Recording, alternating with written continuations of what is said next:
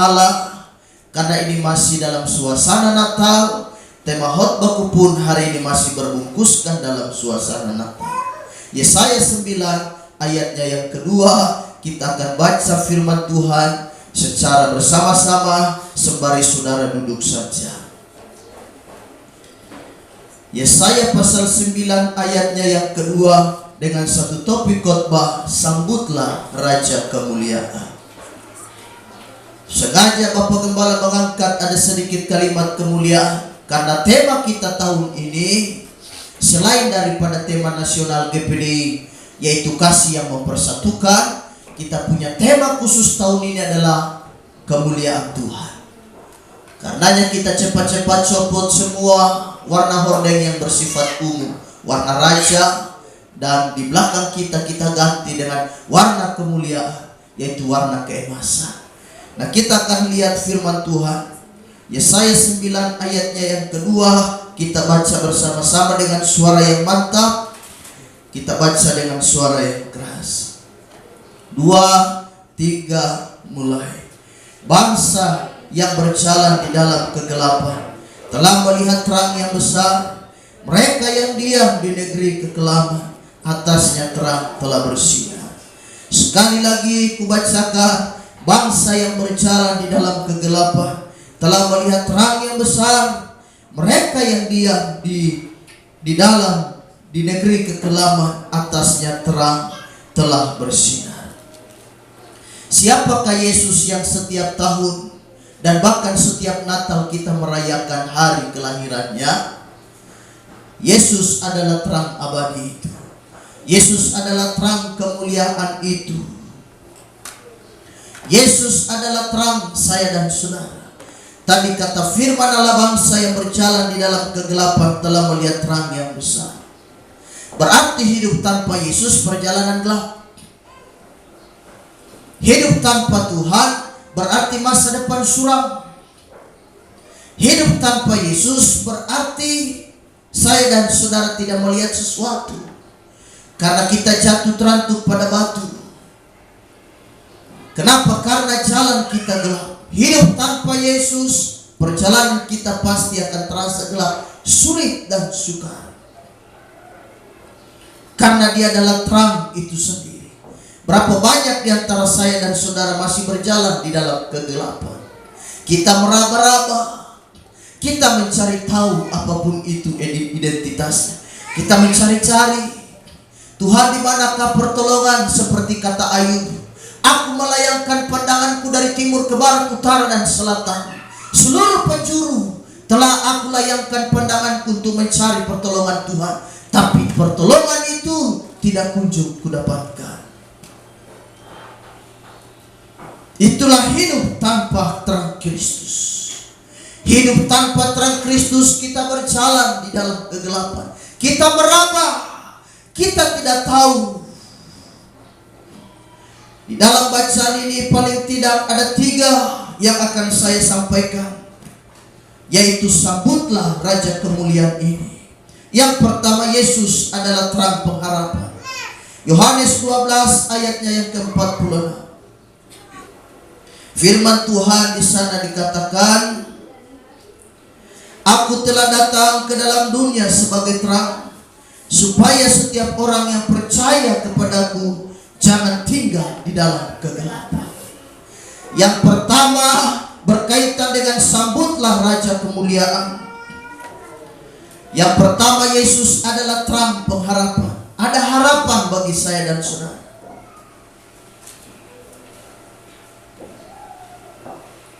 Ada harapan untuk saya dan saudara ketika kita mengiring Tuhan. Harapan ada. Bukankah firman Tuhan berkata, harapan sungguh ada, dan masa depanmu itu pasti akan diberkati Tuhan. Jadi adik-adik muda, taruh pengharapanmu bukan pada mama dan bukan pada papa. Taruh pada Tuhan. Mama dan papa itu terbatas untuk menolong. Mereka terbatas. Karena hidup ini 70 sampai 80. Lebih daripada itu kesengsaraan dan kemalangan yang mewarnai. Syukur-syukur Bapak dan Mama, puji Tuhan umur panjang, bisa bersama-sama dengan kita. sehingga ada kesempatan di mana saya dan saudara bisa mengeluhkan segala sesuatu. Ma, aku begini. Pak, aku begini. Puji Tuhan jika mereka diberikanlah umur panjang oleh Yesus Kristus, oleh Tuhan kita. Di momen Natal semacam ini, jadi kita bersyukur tahun ini masih bisa bersama keluarga, masih bisa bersama dengan mama, masih bisa bersama dengan Bapa. Sangat luar biasa. Yesus terang pengharapan. Dikatakan dalam Yohanes 12 ayat 46, aku telah datang ke dalam dunia sebagai terang, supaya setiap orang yang percaya kepadaku jangan tinggal di dalam kegelapan. Ada harapan kalau saya dan saudara tinggal bersama dengan Kristus. Layaknya seorang yang lagi sekolah, dia punya harapan pasti dia akan selesai, dia pasti lulus. Layaknya seorang yang selesai kuliah, dia punya harapan bahwa satu kelak nanti aku akan pasti punya pekerjaan. Layaknya seorang yang sedang memadu cinta, bermesra-mesraan, sambil mengungkapkan I love you. Mereka punya harapan bahwa satu kelak nanti kita pasti akan menikah. Semua punya harapan. Kita semua di sini punya harapan. Tidak ada di antara kita tidak ada harapan. Saudara hidup tanpa harapan, itu bukan hidup. Manusia apa kegerangan saudara jika saudara hidup tanpa harapan? Pokoknya jalan-jalan saja begitu. Ditanya ada punya harapan tahun ini apa? Tidak ada. Pokoknya saya pokoknya jalan seperti orang gila begini. Tidak ada tujuan. Arah tujuan kita juga garuk-garuk kepala pikir siapa ada satu ini tujuan hidupnya apa ya? Dan kita juga tidak mengerti. Kakak punya harapan apa untuk tahun ini? Khususnya tahun 2020. Saya tidak ada punya harapan. Pokoknya saya hidup begini saja. Wah. Jadi saya dan saudara tentu hidup mau lebih baik lagi dari tahun yang kemarin. Tahun 2025 apa yang saudara sementara rancangkan hari-hari ini? Apa yang saudara sementara rencanakan? Kita bawa di dalam doa. Kita percaya ketika doa kita berpadu dengan terang Kristus, maka akan terjadi masa depan. Tuhan pasti akan memberkati saya dan saudara. Satu kali ada seorang ilmuwan, dia mengadakan semacam eksperimen. Dia ambil tikus, kemudian dia taruh di dalam bak yang berisi air dalam satu ruangan. Lalu dia matikan lampu sehingga seluruh ruangan itu menjadi gelap gulita. Dia kembali beberapa jam kemudian dia dapati tikus sudah mati. Kenapa? Karena tikus ini kehilangan pengharapan. Dia berenang, tidak ada harapan untuk hidup. Ditambah lagi dengan gelap gulita, dia mati. Dia coba lagi ambil tikus yang kecil yang satu, dia taruh di bak yang sama, bak air yang berisi air yang sama. Cuma bedanya dia kasih nyala lampu di ruangan itu. Jadi kalau tadi ruangannya gelap, kali ini dia kasih nyala lampu jadi terang. Beberapa jam kemudian dia masuk, dia cek tikus masih hidup. Kenapa? Karena terang. Dia masih berusaha untuk memanjat tepi daripada bak itu. Dia berusaha. Kenapa? Karena ada terang. Dia bisa lihat di sana ada tepi. Jadi saya bisa kesana. Jadi tikus masih. Bayangkan, tikus saja punya harapan hidup. Kenapa? Kalau ada terang, cahaya. Jadi ketika saya dan saudara tidak ada cahaya kemuliaan Tuhan, maka percaya kehidupan kita hampa. Tidak ada masa depan sama sekali. Karena hanya kegelapan yang mewarnai langkah hidup kita. Yohanes pasal 8 ayatnya yang ke-12. Yohanes 8 ayatnya yang ke-12. Saya akan baca ayat ini. Yohanes 8 ayat 12. Maka Yesus berkata pula kepada orang banyak, katanya, Akulah terang dunia. Barang siapa mengikut aku, ia tidak akan berjalan dalam kegelapan, melainkan ia mempunyai terang hidup.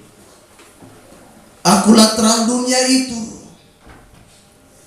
Terang yang dihasilkan daripada Yesus adalah terang yang abadi. terang yang tidak akan pernah redup dan padam sampai kapanpun. Dia berjumpa dengan seorang wanita Samaria pada siang hari. Kenapa perempuan ini menimba air di siang hari? Dia menghindari omongan orang, karena pasti orang akan bergosip tentang dia. Karena itu dia ambil kesempatan siang hari, di mana orang tidak pada lazimnya menimba air di jam begitu. Jadi itu jam sepi. Jadi dia ke sana menimba di jam-jam yang sepi, supaya orang tidak bercerita tentang dia. Orang tidak berkata, "Hei, lihat perempuan yang kurang ajar sana. Lihat perempuan dursila itu, perempuan berdosa itu." Dia menghindari. Tapi syukur dia jumpa dengan Kristus. Kristus berkata, "Berikan aku air." Dia berkata, "Mana mungkin orang Yahudi minta air padaku orang Samaria." Karena pada saat itu orang Samaria dengan Yahudi katakanlah mereka musuhan. Kristus berkata, "Air yang daripada sumur ini engkau akan minum dan kau akan dahaga lagi. Tapi air yang akan kuberikan padamu adalah air sumber kehidupan, di mana kau tidak perlu timba lagi, di mana kamu tidak perlu susah-susah untuk mendapatkannya. Karena sumber air itu adalah berasal daripadaku." Jadi sama di sini juga, Kristus adalah terang abadi. Kita mendapatkan Kristus berarti kita mendapatkan sukacita. Kita mendapatkan Kristus berarti kita mendapatkan kelegaan. Saya dan saudara menerima kelegaan. Ada harapan, ada masa depan. Jadi kita mesti hidup di dalam Tuhan. Bayangkan orang yang hidup di luar Tuhan, seperti apa hidup mereka. Jadi saya dan saudara, mari kita hidup di dalam Tuhan. Hanya di dalam Tuhanlah saya dan saudara bisa dapatkan kedamaian, ketenangan. Pada siapa kita mau berlari saat saya dan saudara hati sedang gusar? Ya pasti datang pada Tuhan. Pada siapa saya dan saudara berlari ketika kita punya persoalan, kita punya beban? Tentu datang hanya pada Tuhan. Jadi kita bersyukur kita punya Tuhan. Natal yang kita rayakan tahun ini luar biasa. Kita bersyukur kita telah merayakan Natal. Kita telah galakan satu ibadah besar, yaitu kita Natal kemarin tanggal 16. Luar biasa. Tuhan baik. Jadi saya dan saudara punya harapan. Kita melayani Tuhan harus dengan hati yang penuh sukacita. Saudara berdoa tahun berikut, ini tinggal beberapa hari ke depan. Ini kan sudah tanggal 29 ya. 30, 31. 31 ada ibadah malam kunci tahun, tanggal 1 juga ada ibadah menyambut tahun baru. Jadi mengawali tahun baru dengan kita beribadah cari Tuhan. Jangan awali tahun baru dengan hal yang sia-sia. Jangan kita tempatkan Tuhan dulu di depan. Jadi tanggal 31 jangan lupa saudara hadir. Kita ada malam kunci tahun di tempat ini. Amplop persembahan syukur sepanjang tahun saudara kasih di tanggal 31 malam. Jadi saudara hadir. Kita ada perjamuan kudus, kita juga ada makan bersama. Tahun berikut adalah tahun kita lebih baik lagi. Kita lebih setia lagi. Kita lebih setia cari. Apapun yang terjadi, kita tetap ibadah jalan terus. Kita melayani. Kita cari Tuhan. Haleluya. Tuhan Yesus sudah mau datang. Kita buang sakit hati. Jangan taruh sampah di dalam hati. Itu bau yang sangat menyengat dan tidak bagus. Roh Kudus tidak akan masuk di hati yang penuh sampah, karena itu bau. Jadi jangan taruh sampah di sini. Buanglah sampah pada tempatnya. Demikianlah kalimat yang tertulis di setiap tong sampah ataupun di toko di mana saja paling di situ bilang buanglah sampah pada tempat. Jadi jangan taruh sampah di sini. Kita bebaskan diri, bebaskan hati. Ini tahun baru. Haleluya. Sepatu boleh lama, baju boleh lama, ikat konde boleh lama. Haleluya. Tapi hati tetap baru. Hati kita mesti baru. Adik-adik muda, HP boleh lama, tetapi hati tetap baru. Jangan beli HP baru, ini kan tahun baru, jadi HP juga mesti baru. Tidak boleh begitu. Pokoknya HP lama tetap dipakai. Tidak apa-apa ya. Jangan saudara sengaja rendam di air mali terusan. Apalagi sengaja rendam. Karena dia mau minta HP baru. Kamu memang ini tidak boleh begitu ya. Jadi apa-apa semua boleh lama, tetapi hati tetap baru. Kita melayani Tuhan dengan sikap hati yang baru. Jadi tetap ada sukacita. Bebaskan dirimu di tahun baru mau menyongsong tahun yang baru. Terima sukacita baru, terima urapan baru, terima pemulihan yang baru, terima kesembuhan. Kita buang hal-hal yang sia-sia, jangan taruh di hati. Haleluya. Karena sampah itu sangat tidak mengenakan. Bagaimana kalau tetangga buang sampah di depan rumahmu? Weh, kau pasti marah besar. Kurang ajar siapa yang taruh sampah di depan rumah? Kau pasti akan cari. Dan bila perlu saudara akan polisikan dia. Karena sampah memang hal yang tidak baik. Jadi jangan taruh hal yang busuk di hati. Kita taruh hal-hal yang baik. Kita melayani Tuhan. Kita tetap setia. Lihat cuaca macam begini. Bapak dan Ibu Gembala tetap setia melayani. Anak-anak masih pada tidur. Sudah angkat, biar belum mandi. Saya bilang kasihan Ma. Tapi itulah pelayanan. Mereka jalan dengan masih dalam keadaan tidur. Jadi masih tidur di motor, ditahan. Itulah pelayanan. Di motor kami hanya bercerita dan berkata kepada Ibu Gembala, tempuh hidup cuma begini, melayani Tuhan. Tidak ada pekerjaan lain yang kita kerjakan, kita hanya melayani Tuhan. Jadi anak masih tidur, dua-dua angkat. Ini sudah jam. Kita punya komitmen dengan Tuhan. Adakah saudara punya prinsip seperti itu? Apalagi cuaca model begini. Ataukah saudara sambil tidur, saudara bilang, enak untuk bawa cuaca macam begini. Hari ini puji Tuhan, terima kasih Tuhan untuk cuaca hari ini. Aku bisa tidur dengan nyenyak. Oh Tuhan, terima kasih untuk cuaca yang mendung dan telah turun hujan, membuat aku tarik selimut dan aku tidur. Pasti bangun jam 12 siang. Atau kau berkata, aku harus bangun. Atau kau harus berkata, terima kasih Tuhan untuk hari Minggu dan cuaca hujan seperti ini. Tantangan. Ini Allah menguji imanku. Adakah aku mau melangkah ibadah atau aku duduk pangku kaki di rumah? Terima kasih cuaca ini sebagai ujian buatku. Apakah aku harus pergi cari Tuhan atau aku santai-santai?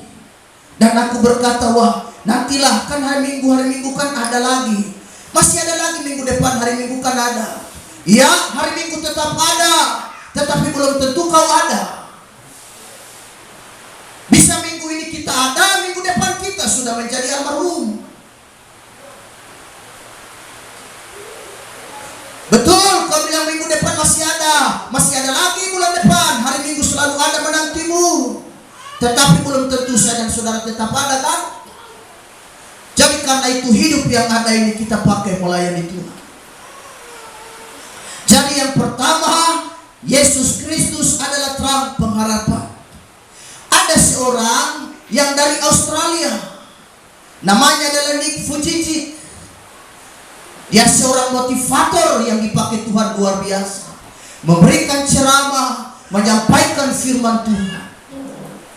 Orang ini pernah hampir mau bunuh diri karena kehilangan pengharapan.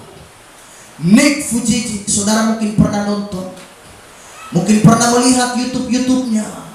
Dia beberapa kali diundang di siarannya Raffi Ahmad. Tingginya hanya semeter. Kalau dia berceramah, orang angkat dia, orang membantunya dan letakkan dia di atas meja. Lalu dia berceramah. Tidak ada kaki, tidak ada tangan. Nick Vujicic. Dia berkisah dia hampir mau bunuh diri karena olokan, sindiran datang selalu untuk dia. Orang menghina dia luar biasa. Tidak ada tangan, tidak ada kaki. Jadi olokan selalu datang buat dia. Tapi saudara tahu, terang Kristus telah menyinari hati. Hampir membunuh diri dia. Sekarang dia menjadi seorang terkenal karena dia memberikan motivasi-motivasi. Inti dan tema daripada ceramahnya adalah bicara tentang hope. Artinya harapan. Ada harapan. Jadi saudara jangan kalah dengan Nick Fujitsu. Kaki putus, tangan putus sejak lahir loh. Bukan kecelakaan. Tidak ada kaki dua-dua, tidak ada tangan dua-dua. Tapi dipakai Tuhan luar biasa. Apalagi saudara yang kaki lengkap, tangan juga semua utuh, mari kita pakai untuk memuliakan Tuhan. Kaki ada sehat, haleluya. Pakai sepatu bagus, tangan ada sehat, taruh jam lagi di lengan tangan kiri, haleluya. Sehingga itu kita bisa gunakan untuk memuliakan Tuhan. Kaki ada sehat-sehat, mari kita datang ke gereja melayani Tuhan. Kita datang ke gereja, kita cari Tuhan. Jadi yang pertama, Yesus adalah terang pengharapan. Yang kedua, Yesus adalah sumber sukacita kita. Firman Allah berkata di dalam Lukas pasal 2 ayatnya yang ke-14. Kita lihat Lukas pasal 2 ayatnya yang ke-14. Haleluya. Yang kedua, Yesus adalah sumber sukacita kita. Yang pertama, Yesus terang pengharapan. Yang kedua, Yesus adalah sumber sukacita. Lukas pasal 2 ayatnya yang ke-14, firman Allah berkata, kemuliaan bagi Allah di tempat yang maha tinggi, dan damai sejahtera di bumi di antara manusia yang berkenan kepada. Ada sukacita, kemuliaan bagi Allah di tempat yang maha tinggi, dan damai sejahtera di bumi di antara manusia yang berkenan kepada. Ini adalah gembala-gembala mendengar berita itu ada sukacita. Hari ini telah lahir bagimu, kata malaikat. Telah lahir juru selamat. Dialah yang membawa sukacita itu. Dialah yang memberikan sukacita itu bagi saya dan saudara. Saudara kehilangan sukacita, haleluya. Saudara kehilangan damai sejahtera hari-hari ini, datang pada Tuhan. Sukacita dari manusia itu sementara, tetapi sukacita dari Kristus itu sifatnya abadi. Dia kekal selama-lamanya. Yohanes 14 ayatnya yang ke-27.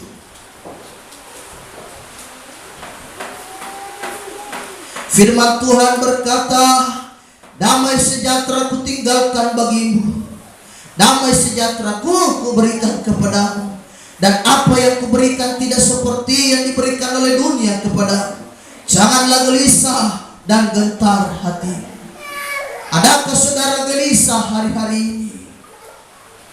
Adakah saudara takut dan gentar hari-hari ini? Sukacita, damai yang kuberikan padamu, kata Yesus, tidak seperti yang dunia berikan. Mari kita datang kepada Tuhan. Dia benci dosa, tetapi dia cinta orang berdosa. Semerah apapun dosamu, haleluya, sekotor apapun hidupmu, bagi Yesus kau sanggup dipulihkan. Tidak ada dosa yang tidak bisa diampuni oleh kasih Yesus. Tidak ada pelanggaran yang tidak bisa diselesaikan oleh Tuhan. Asalkan suatu pertanyaan, kau maukah datang kepada Tuhan apa tidak? Jadi semerah apapun dosamu, seperti kain kesumbakah atau seperti kain kermisi, dia sanggup untuk memutihkannya menjadi seperti bulu domba dan seperti salju. Itulah Allah kita. Sehingga dia memberikan sukacita kepada saya dan saudara. Karena pelanggaran, karena dosa, dosa yang membuat saya dan saudara berjalan bungkuk. dosa yang membuat kita tidak bisa senyum. Senyum menjadi mahal bagimu. Dosalah yang membuat kau bungkuk, kau tidak bebas. Dosa yang membuat kau tidak sanggup mengangkat kepalamu dan menengadah ke atas sambil bersyukur buat kebaikan Tuhan. Dosa yang membuat saya dan saudara hidup susah. Tetapi kita bersyukur ketika terang Kristus ada di hati kita, kita mendapatkan sukacita. Lihat orang terikat di dalam dosa, sukacita tidak ada. Senyum pun menjadi mahal bagi mereka. Sedangkan bagi kita yang tinggal di dalam Tuhan, senyum menjadi murah. Apa-apa senyum, apa-apa senyum. Tapi coba kalau orang yang hatinya luar biasa, dia simpan akar kepahitan, senyum menjadi mahal. Apa kabar kakak? Tidak ada senyum sedikit. Kakak hari ini baik-baik? Tidak ada senyum sedikit. Berarti dia simpan sesuatu. Tapi bagi kita anak Tuhan masih senyum, dia murah. Kita menjadi, kenapa? Karena kita hidup di dalam senyum. Bagi kita murah. Haleluya. Senyum saudara mahal apa murah sih? Murah ya, haleluya. Coba buka gigi sedikit dulu. Haleluya, senyum-senyum luar biasa. Memang di bulan Natal kita harus senyum. Senyum menjadi murah bagi kita karena Kristus. Senyum menjadi murah sehingga umur 50 kelihatan seperti 15. Haleluya. Tapi kalau coba senyum umur 20 kelihatan seperti 75 tahun. Haleluya. Kenapa? Karena senyum. Sehingga orang berkata, kakak ini muda-muda terus sih. Iya, karena saya sukacita di dalam Tuhan. Kenapa? Karena haleluya, ada sukacita, senyum menjadi murah bagi saya dan saudara. Sehingga kemana-mana kita senyum. Bahkan kita lagi tidur pun senyum. Sampai suami kita berkata, "Ima, bangun, ada apa? Kos tidur tapi buka gigi senyum." Ya, aku memang seperti itu. Aku tidur pun senyum. Kenapa? Karena ada kasih Tuhan. Jadi firman Allah berkata di sana bahwa Yesus menjadi sukacita kita. Apa yang diberikan dunia adalah sementara, tetapi damai yang kuberikan padamu adalah damai yang kekal. Jadi tetap tinggal di dalam sukacitanya Kristus. Yang terakhir, Yesus sumber kelepasan. Yesaya 9 ayatnya yang ketiga. Yesaya pasal 9 ayatnya yang ketiga. Haleluya. Yesus sumber kelepasan. Firman Allah berkata, engkau telah menimbulkan banyak sorak-sorak dan sukacita yang besar.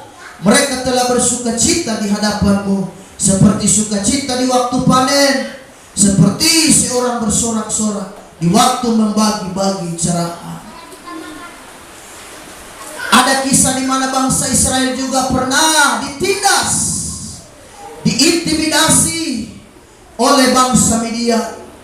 Setiap hari mereka datang untuk mengintimidasi. Bahkan mereka ada saat di mana mereka rusak semua hasil pertanian daripada orang-orang Israel. Tetapi Tuhan bangkitkan satu tokoh untuk menjadi penyelamat dan pembebas bagi bangsa Israel. Namanya adalah Gideon. Gideon menjadi pembebas bagi bangsa Israel. Allah mengutusnya. Saya dan saudara, siapa yang menjadi pembebas kita? Yang menjadi pembebas kita adalah Yesus Kristus. Dia yang menjadi pembebas saya dan saudara. Roma pasalnya yang ke-7. Saya akan lihat Roma pasal 7 ayatnya yang ke-24 sampai dengan 25.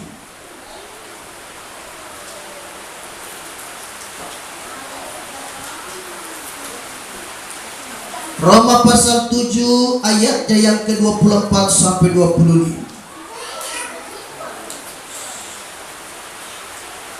Aku manusia celaka, siapakah yang akan melepaskan aku dari tubuh maut ini?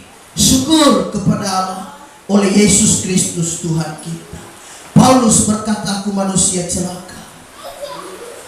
Saat saya dan saudara belum mengenal Tuhan, kita hidup masih jauh daripada Yesus. Kita adalah manusia yang celaka. Kita manusia yang celaka. Tetapi Paulus berkata, syukur kepada Tuhan oleh Yesus Kristus. Dia menjadi pembebas. Dia melepaskan kita. Jadi Yesus selain sumber sukacita kita, Dia adalah sumber kelepasan saya dan saudara. Dia melepaskan kita. Berapa banyak orang terikat di dalam dosa sehingga dia tidak bebas. Dia terikat. Tetapi Kristus datang melepaskan saya dan saudara. Segala belenggu dosa, segala belenggu kepahitan yang mengikat hidup saya dan saudara, hari ini dilepaskan di dalam nama Tuhan Yesus.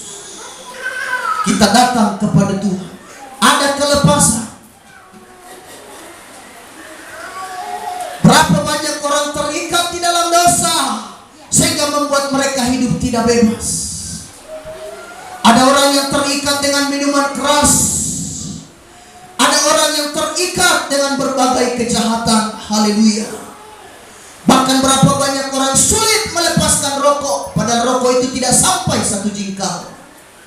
Tetapi orang sulit melepaskannya. Itu ikatan. Dalam ibadah pagi hari ini kita berdoa supaya dilepaskan. Saya dan saudara terima kelepasan. Ada orang sulit melepaskan dosa. Mereka terikat di dalam dosa apapun. Dosa persinahan kah? Dosa judi kah? Haleluya. Itu yang mengikat mereka. Sehingga satu hari saja kalau mereka tidak berbuat dosa, bagi mereka berat. Sudah menjadi kebiasaan, sudah menjadi hobi. Tetapi oleh darah Kristus, di bulan Natal yang luar biasa ini kita terima kelepasan. Dia akan melepaskan saya dan saudara dari segala belenggu itu, dari segala keterikatan itu.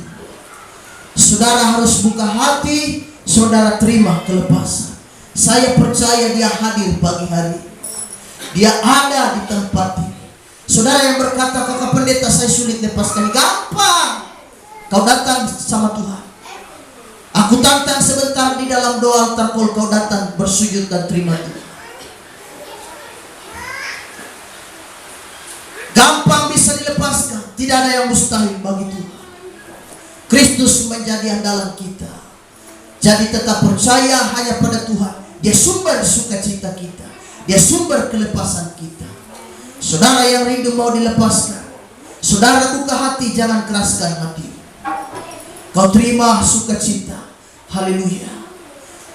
Beberapa hari belakangan ini mungkin saudara kehilangan sukacita. Mari aku tantang kau datang pada Tuhan. Ini masih suasana Natal. Haleluya. Mari kita bersyukur. Karena itu relakanlah Bapak dan Ibu Gembala. Kami akan mengambil kesempatan satu hari, paling tidak di tanggal 2, kami akan jalan dan kami akan kunjungi saudara. Tanggal 1, mohon maaf, Ibu Gembala bilang tanggal 1. Biasanya setiap tahun Bapak dan Ibu Gembala beri kebebasan untuk saudara kan. Tapi tahun ini, mohon maaf, I'm sorry, tahun ini sampai Bapak Gembala pakai bahasa Seluis banget. Jadi tahun ini, haleluya, izinkanlah Bapak dan Ibu Gembala untuk datang berkunjung di rumah. Tanggal 1, ingat baik-baik, tanggal 1 kami akan datang kunjungi. Untuk apa kegerangan itu? Bukan untuk minum Coca-Cola, bukan. Bukan pula untuk datang makan kue kek saudara, bukan. Tapi kami akan mendoakan saudara. Jadi nanti Bapak dan Ibu Gembala atur rutenya. Entah mulai dari Aimas kah, di keluarga Bau Aimas, atau mulai dari KPR. Tapi orang KPR kan sudah pindah ke sini kan. Jadi mereka ada di sini. Jadi mungkin dari Aimas dulu. Oh, dari Jalan Baru kata Ibu Gembala. Jadi siap-siap jemaat yang ada di Jalan Baru. tanggal 1. Mohon maaf, itu kesempatan gembala berkunjung di rumah. Kau buka pintu, kau buka hati, haleluya. Seperti perempuan Sunem menerima Elisa. Dia terima apa? Dia dapat anak. Ketika hamba Tuhan berkunjung di rumahmu, dia bawa berkat. Jadi relakan rumahmu, pintu rumahmu dibuka selebar-lebarnya. Dan kalau pintu rumahmu sudah dibuka lebar-lebar, penutup toples juga pasti terbuka lebar, kan? Mau ada kue dan tidak, pokoknya saudara tinggal di dalam rumah.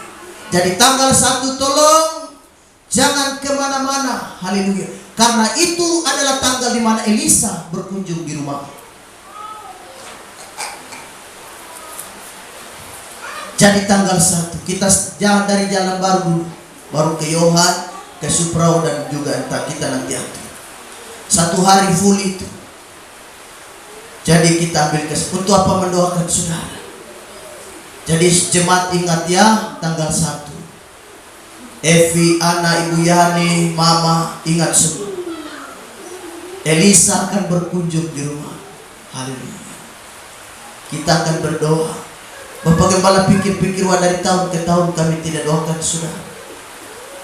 Jadi kami akan berkunjung. Tidak usah kau sibuk terlalu pikir sampai saudara muka hitam karena begadang, karena pikir mau bikin kue. Jangan. Kalau ada berkat, beli kue aja di toko sana banyak.